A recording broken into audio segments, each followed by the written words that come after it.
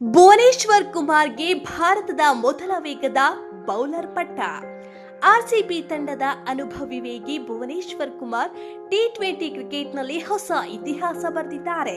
ಹೌದು, ಇತ್ತೀಚೆಗೆ ನಡೆದ ಗುಜರಾತ್ ಟೈಟನ್ಸ್ ವಿರುದ್ಧದ ಪಂದ್ಯದಲ್ಲಿ 3 ವಿಕೆಟ್ ಕಬಳಿಸುವ ಮೂಲಕ ಟಿ20 ಕ್ರಿಕೆಟ್ನಲ್ಲಿ 350 ವಿಕೆಟ್ಗಳನ್ನು ಪೂರೈಸಿದ ಭಾರತದ ಮೊದಲ ವೇಗದ ಬೌಲರ್ ಎಂಬ ಹೆಗ್ಗಳಿಕೆಗೆ ಭುವಿ ಪಾತ್ರರಾಗಿದ್ದಾರೆ. ಒಟ್ಟಾರೆಯಾಗಿ ಅವರು 352 ವಿಕೆಟ್ಗಳನ್ನು ಕಬಳಿಸಿ ಈ ಪಟ್ಟಿಯಲ್ಲಿ 2ನೇ ಸ್ಥಾನದಲ್ಲಿದ್ದಾರೆ. ಈ ಆವೃತ್ತಿಯಲ್ಲಿ ಭುವನೇಶ್ವರ್ ಕುಮಾರ್ ಅದ್ಭುತ ಲಯದಲ್ಲಿದ್ದು 9 ಪಂದ್ಯಗಳಿಂದ ಬರೋಬ್ಬರಿ 17 ವಿಕೆಟ್ ಪಡೆದು ಪರ್ಪಲ್ ಕ್ಯಾಪ್ ರೇಸ್ನಲ್ಲಿ ಮುಂಚೂಣಿಯಲ್ಲಿದ್ದಾರೆ.